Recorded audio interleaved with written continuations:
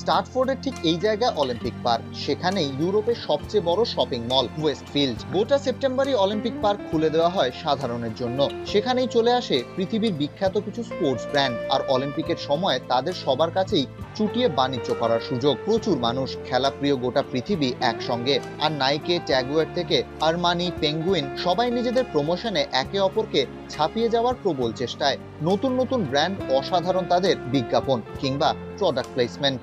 তেমনই পাল্লা দিয়ে ঝকঝকে শোরুম। বিরাট একটা জায়ান্ট স্ক্রিনে চলছে বোল্টের দারুণ সব মুহূর্ত। স্যামসাং তাদের শোরুমের সামনে দাঁড় করিয়ে দিয়েছে বিরাট একটা বেকহ্যামের কাটআউট। জন কুপারের মাথায় ঝুলছে আস্ত একটা গাড়ি, শোরুমের ভেতরেও তাই। হুগো বসের শোরুম আবার সাজানো হ্যামিল্টনরা যে গাড়িতে ফর্মুলা 1 লড়েন, ম্যাকলারেন, মার্সিডিজ। গেটি ইমেজের আলাদা এক্সিবিশন হল, তার পাশেই অলিম্পিক স্টেডিয়াম। প্রচুর অ্যাথলিট মানুষ এই রাস্তা দিয়ে যাতায়াত করছেন অনবরত, আর তাতেই বিক্রিও তুঙ্গে, বলছেন পেঙ্গুইনের কর্তা। We've had coaches, we've had Olympians coming through the door and people from all over the world. Not just people that are involved directly, but obviously a lot of people coming to view the Olympics as well.